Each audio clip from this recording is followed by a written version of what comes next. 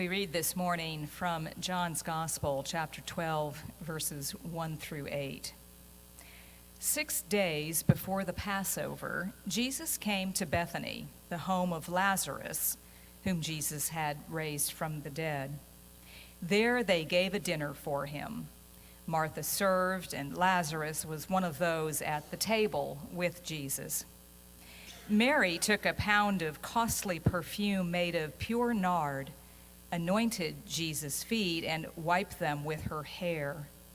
The house was filled with the fragrance of the perfume.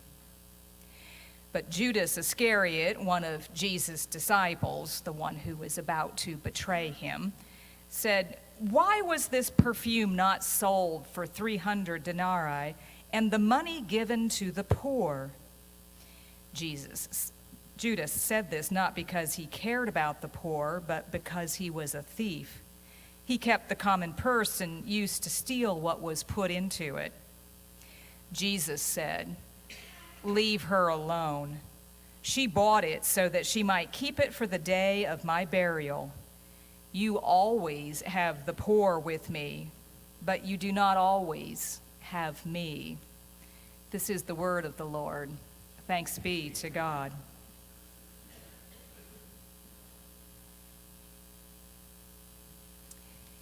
There was a day when if you wanted to make an offering to God, you went to the temple in Jerusalem and you brought with you some of the fruits of your labor, whether it might be grain to offer for a particular kind of offering. You'd bring your sack of barley or some other kind of cereal. Or, depending on what kind of an offering it was, you might bring an animal. And if you were rich or it was a very important offering, an ox, or perhaps a ram or a goat. If you were poor, or if it was a different kind of offering, perhaps a bird like a pigeon or a dove. Now, those offerings, when they were brought to the priests at the temple in Jerusalem, would have been received and some portion of it set aside for the priests and the priest's family to eat, or for the support of those who worked in the temple and to maintain the temple. And the rest would have been thrown onto the grill and burned. The priests offering up to God and God alone that gift. Now today, as we come to worship here in our space of worship, our sanctuary, our temple, we bring our cash. It's cash only now. No animals that I'm aware of are going to be accepted. Whether that be a $1 or $20 or $100 or more, that money put into our offering baskets, a portion of it set aside to pay the staff to feed our families, or to be used for the support of our temple to keep the lights on and the doors open, and the rest of it being used for the glory of God through the mission and ministries of the church. But today, we cut checks for that. We don't cut up animals and throw them on the grill for God. We don't make burnt sacrifices or burnt offerings anymore. But what if we did? What if we took our lighter, purple for Lent, and dipped into the offering basket for some hard currency, and we took this and we torched it. Now it's just $1, right? So you're like there's a raised eyebrow. She's like, yeah, it's just our crazy new interim pastor making a point, as she does. But what if I pulled out maybe $100 bill. Someone even in the back row is going to start paying attention and go, isn't that illegal? Isn't she going to go to prison for doing that? And if I were able to pull out $5,000 from what a generous soul left at the first service and threaten to torch it, Joe's going to come up and rush the chancel with a fire extinguisher because he's got an AC compressor in the gym that would take care of.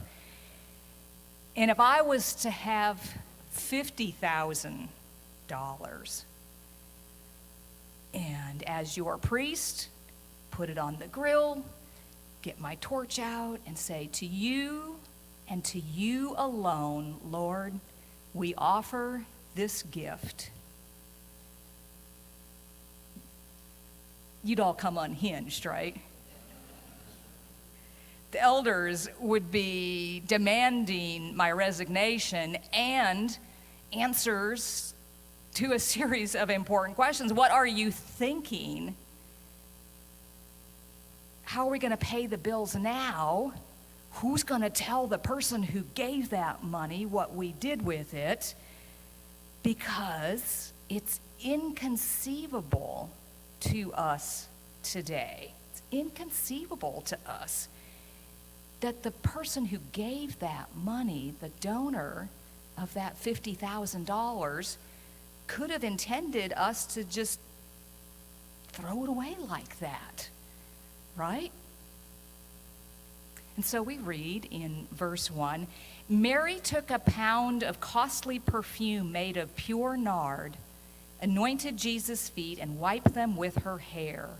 The house was filled with the fragrance of the perfume. A pound of perfume. A sizable amount of perfume. Not just a little bit where you can dab on your wrists.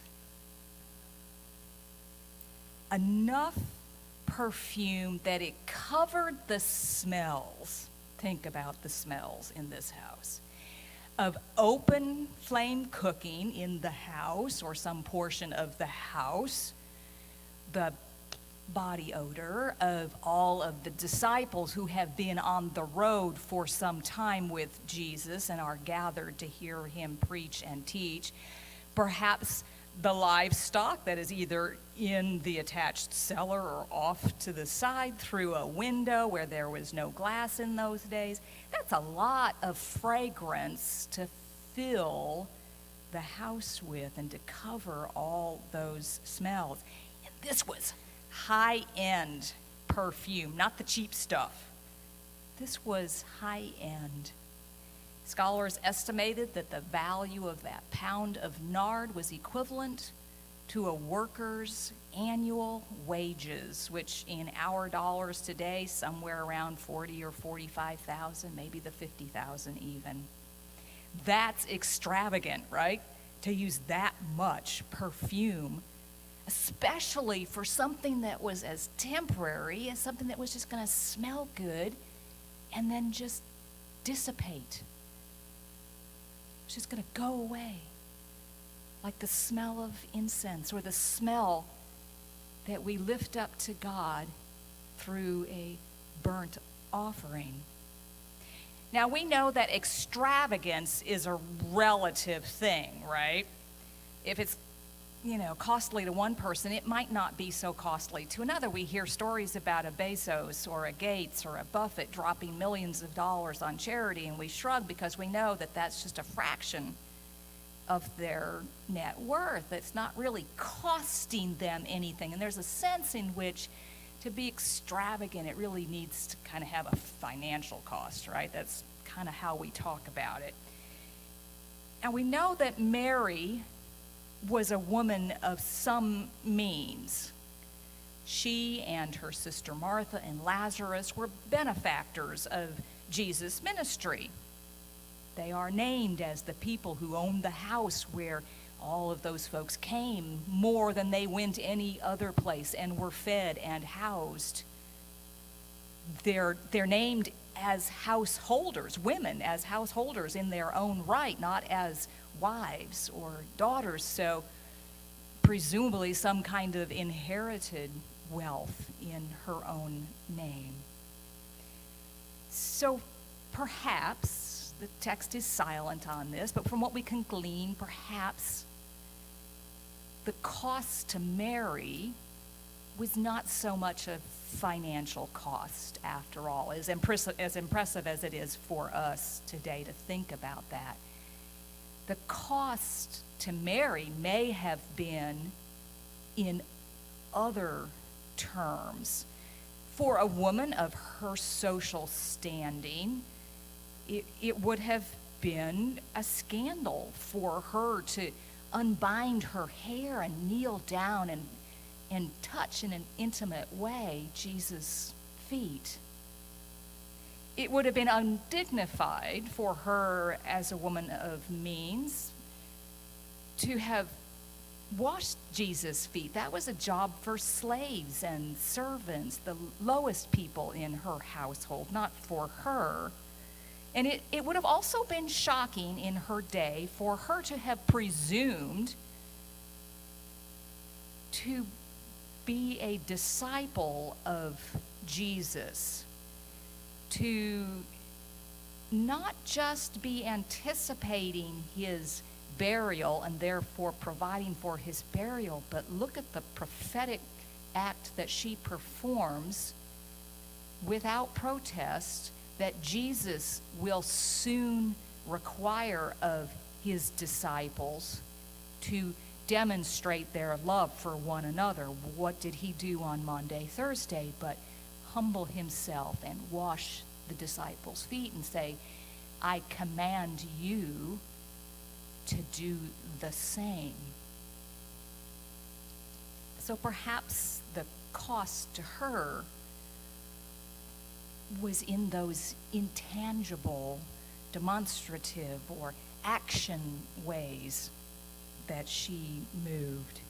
Now, extravagance is relevant or relative for us as well, isn't it? We look around and we don't even see what we consider to be minor expenditures that other people may think are extravagant. To, on Sundays, have fresh flowers to enjoy the sight and the smell for our worship experience, to practice and to lift up and sing a song that once sung is gone, to prepare for a Sunday school lesson and to gather all those and purchase those supplies that the kids will consume in the learning of the lesson, for your pastor to labor over a sermon that once it's preached is gone and wasted if people are sleeping through it on some Sundays. Coffee in our fellowship, once consumed, is gone. Kitchen crews here who provide meals, Lenten dinners, and teacher appreciation lunches that once consumed are gone. Again, something that we might think, well, those are just minor expenditures, not extravagant things, but other churches with far leaner budgets in other communities might look at this and say, that's pretty extravagant for you to offer that up as a gift to God in your worship. And especially in our culture, where there are now more unchurched people than any other category of believer, younger people, especially in our culture, who are very critical of the spending that we do in the church, and asking those questions of, wouldn't it be better if you used that money to do things that would be of more benefit to more people in more direct ways, to take on the issues of institutionalized injustice or systemic poverty or all the kinds of prejudices that we are focused on, and rightly so, in our culture today. Judas Iscariot makes those utilitarian arguments, the usefulness arguments. Judas Iscariot, one of Jesus' disciples, the one who was about to betray him, saying, "Why was this perfume not sold and the money given to the poor?"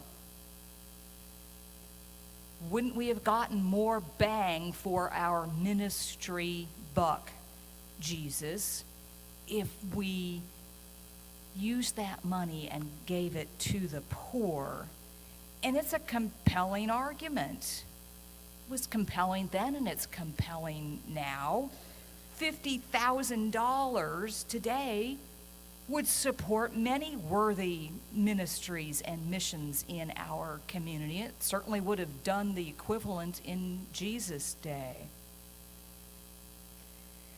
Judas, of course, not really concerned, as the text tells us, with using the money for the poor. We read that he's concerned with himself.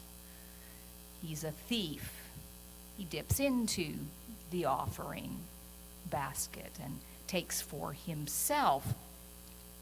Now, I don't want to suggest, and please hear me when I say this, that I don't believe the text is challenging us to look at ourselves as perhaps being thieves for the choices we make in how we use the money that God has entrusted to us. But the text does challenge us to think about our motivations, because what do thieves do? Thieves exert or exercise or attempt to exert or exercise control or ownership or use of things that aren't theirs, right?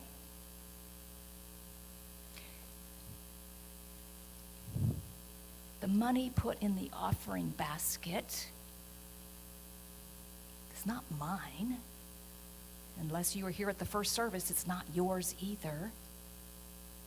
And yet, who has ever sat through a church budget meeting? When people talk in terms of this ministry's more important, we need to do this, and there begins to be some dispute over ownership, ministry ownership of things that aren't ours, that were given for the glory of God. I have been at meetings where the conversation was, which committee is going to be responsible for paying for the toilet paper in the sanctuary? True story. I can make a theological argument that it's building and grounds responsibility, or personnel and administration, because that's just the catch-all of what's left. And you need to actually have someone to replace the toilet paper. If, as we do here, we have 200 to 300 people who come on a Monday night every week to sing, that's toilet paper is mission for those people. Or all of us as part of the worship budget. Where's my worship chair? Toilet paper's on your budget next month. Jesus says, we're not going to talk about what matters most. We think in terms of scarcity, of either or, that if it's not for this thing, it's for this other thing. And it can't be for both at the same time. We think in human terms of lack of things and having to fight for our share of it. Jesus says it's not either or, it's not extravagant worship in anticipation of my death and burial, or feeding the poor. Jesus says yes and. Yes and. He doesn't answer the question of what matters most, which is what you all came today waiting to hear the answer. Who's going to win? Where's the new pastor on this particular thing? It's yes and. Jesus says, let her give me the gift. Graciously accepts a gift that he knows is wasteful, implicitly calling it out as wasteful, saying that it was given for the day of his burial. Folks, it's going to be at least 6 days until that. The smell will have long dissipated. Jesus knows that it's a waste if that's for what it's for. And spoiler alert, if you're coming on Easter morning,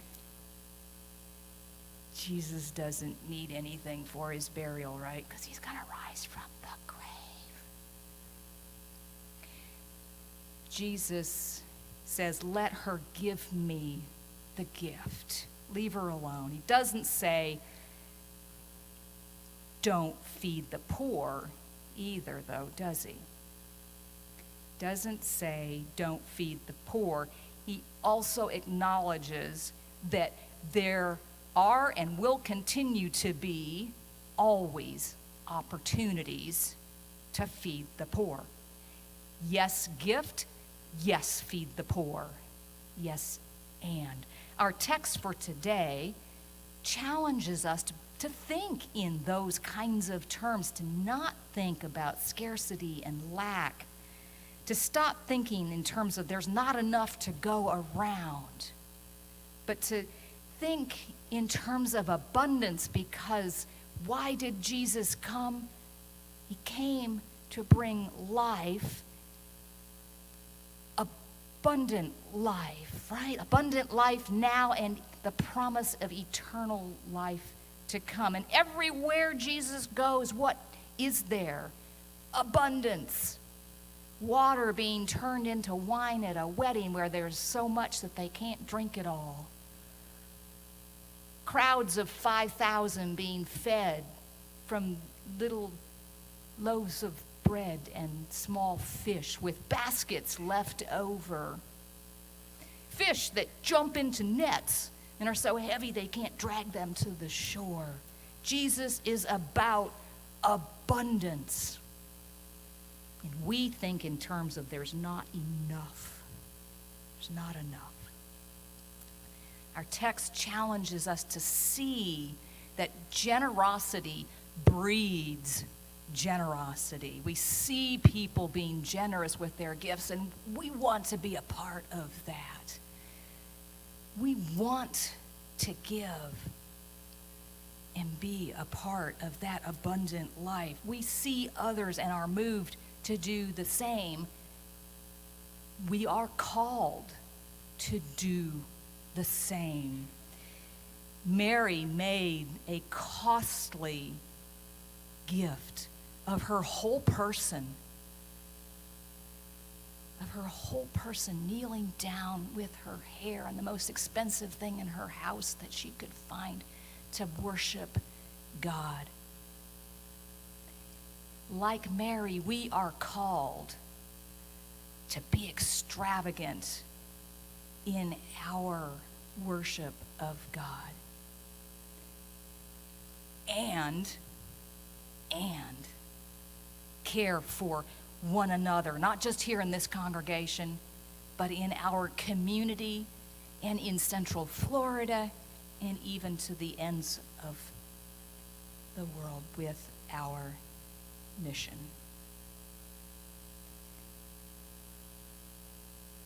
Yes,